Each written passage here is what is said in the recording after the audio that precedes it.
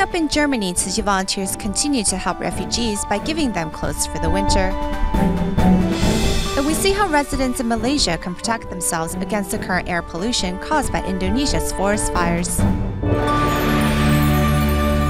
Welcome to DaAi Headlines. I'm Mary Lee. Thank you for joining us.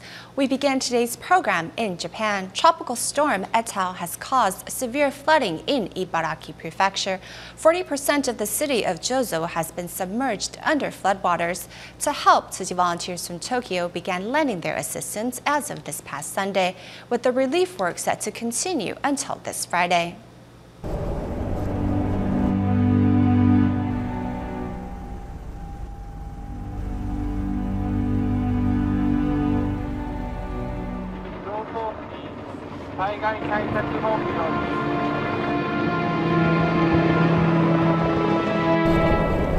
Tropical storm Etal caused severe flooding in Japan's east coast. In Joso City alone, 3,000 people were forced into emergency shelters. Though few in numbers, Tokyo's Tzu Chi volunteers wanted to do something. If we can give them a hot bowl of rice, imagine how happy they will be. They can't buy anything in the disaster area.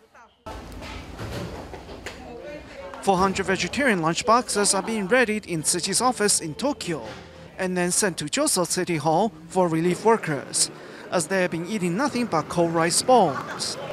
Because of the experience gained from 3/11 disaster relief, we know how to better delegate our responsibilities this time to maximize our potential.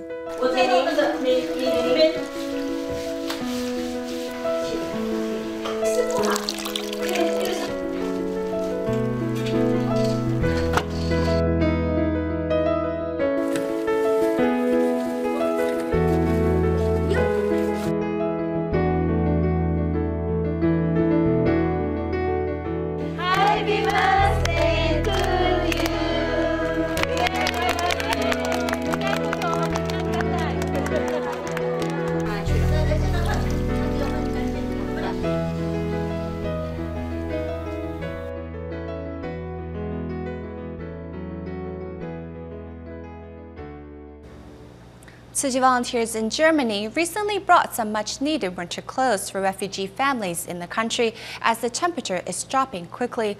Although the clothes may be second-handed, they were well received by the families who needed them.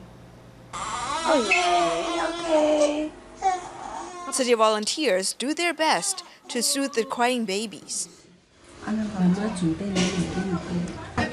Blessed from Nigeria, single-handedly raises her 5 young children. Worn out, she hopes the volunteers can lend a helping hand. More than 200 refugees from Syria, Nigeria, Macedonia, and Afghanistan have sought refuge at this refugee center. After several visits, the volunteers noticed that some children have come down with coats because they lack warm clothes. Therefore, volunteers solicited boxes of clothes and shoes and brought them to the families in need here. This one's for you. Okay? Yeah. Do you like it? Among the refugees is 21-year-old Hassan. He fled Syria with his father and hopes to go back to school, but Hassan has waited for 4 months in vain. I want to study and I want to learn German, and I'm asking the social and they say, okay, we don't have money now, and after that we should to wait until the government give you money and study. Another refugee from Afghanistan, Noor, also has aspirations. I am like educated person and I need to promote my education more and serve the country to the best of my understanding and to the best of my effort.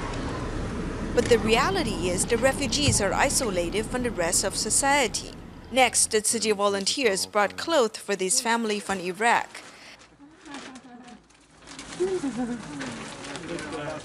This family of 7 fled to Germany many years ago and were permitted to stay with their own housing. Nevertheless, the future is still uncertain. How do you feel about the future? Future, I don't know. Due to the ongoing Syrian civil war, thousands of Syrians continue to flee their homeland to seek safety in nearby countries such as Turkey.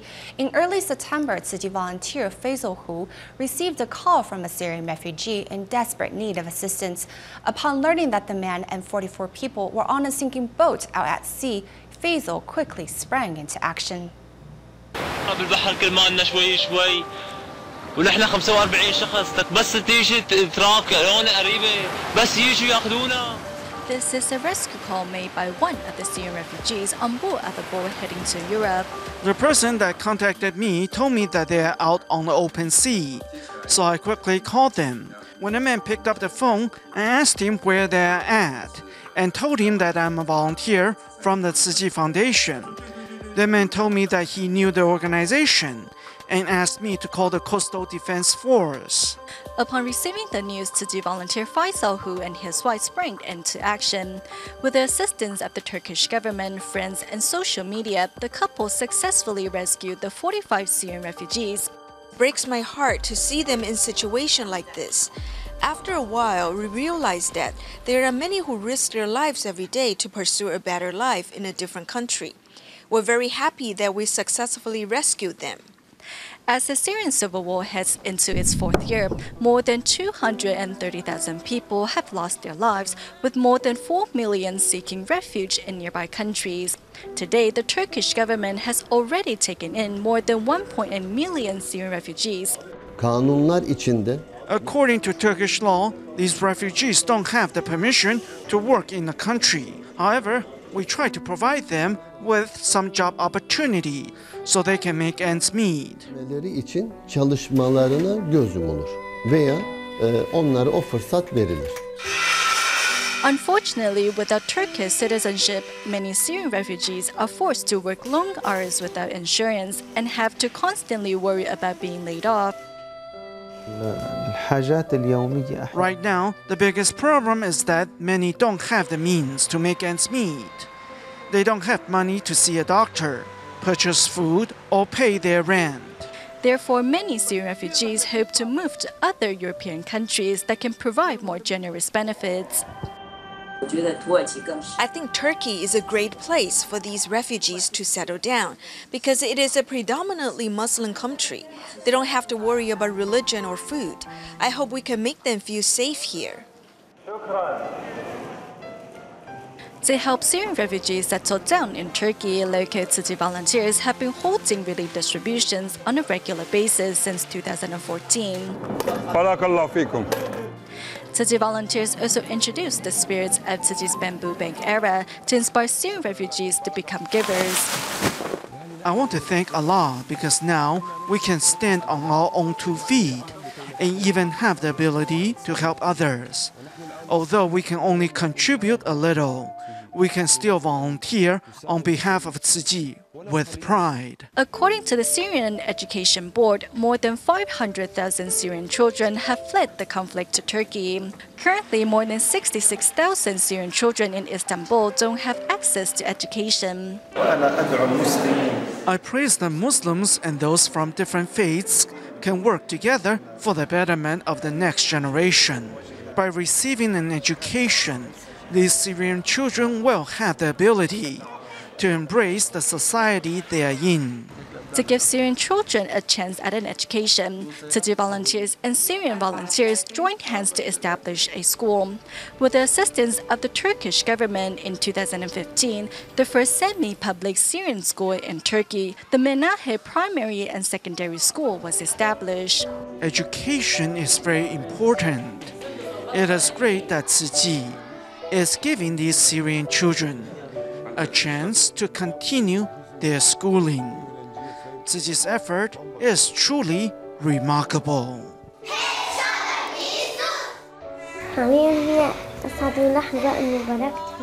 Right now, I'm very happy because I have the chance to go to school. My teachers and friends love me. Currently, Tzu Chi has given more than 800 Syrian children the opportunity to continue their studies. In the years to come, local Tzu Chi volunteers promise to continue to assist these Syrian refugees any way they can. In Taiwan, police officers often work long shifts while protecting life and property. To give them a place to rest when on duty, the Tzu Chi Foundation donated 300 of Tzu Chi's multi-purpose folding beds to the National Police Agency. The Tzu Chi Foundation donated 300 folding beds to the National Police Agency in hopes that police officers may enjoy a better rest during breaks. 那有了这个福慧床之后呢，他们在 With the folding beds, police officers can rest better, and this will boost morale.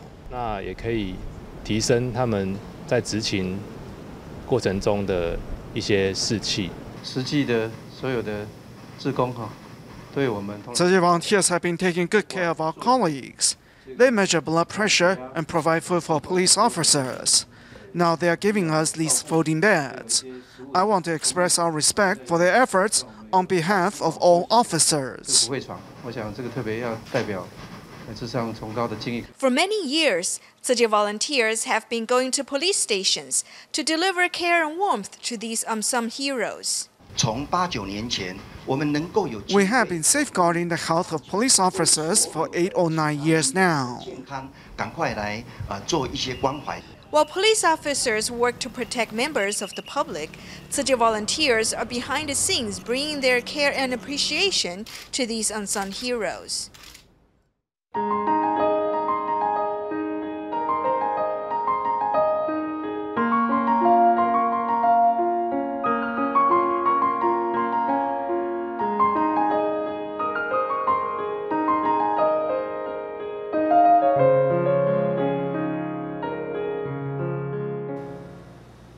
In today's look at potential disasters that threaten Taiwan, we look into the threat of landslides. Following severe weather patterns and extreme rainfall, landslides can lead to unimaginable devastation here in Taiwan, as proven by Typhoon Morakot and the tragedy of Shaolin Village.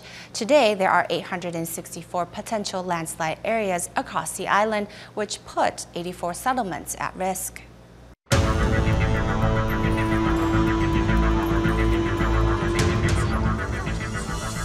We are at Kaohsiung's Malaysia district. The some 80 hectares of hills behind me is marked as a potential landslide area. In this mountainous area, an earthquake or torrential rains can cause the landmass by these two ridges to erode, and thus the whole mountain can potentially slide down and swallow any settlement down below, like what happened to Shaolin Village.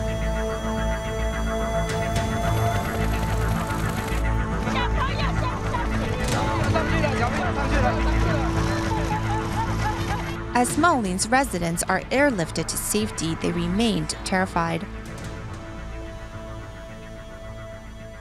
Though the residents have now returned home, they are unaware of the danger surrounding them. See the cracks on this barrier?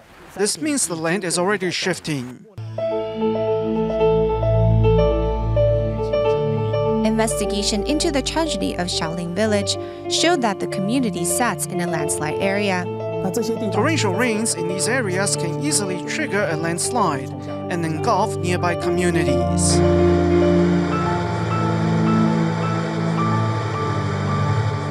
The government has listed the following areas as potential landslide areas. Starting from the south in Pingdong, they are Dalai, Jiamu, and Beibaxiang, then Maolin, Wanshan, and Zhulin in Kaohsiung, and finally Chashan in Jiayi. In June of this year, the Central Geological Survey discovered that there are a total of 864 such areas across Taiwan, which endanger 84 settlements. If rainfall per hour exceeds 100 millimeters for 3 hours straight, then all hills across Taiwan are potentially at risk. For the past 100 years, the annual rainfall in Taiwan has averaged around 2,400 millimeters. However, severe weather patterns have worsened over the years. We are extremely concerned about extreme rainfall or very little rainfall. Besides global warming, unusual solar phenomena are to blame for the abnormal weather patterns. When sunspots accumulate, the chance of a solar flare increases, which increases the energy absorbed by Earth and lead to phenomena such as El Niño. Studies show that sunspots should have a 100-year cycle, But for the past 300 years, they multiplied while showing no signs of decreasing. As the matter is outside of man's control, people can only rely on technology to protect themselves.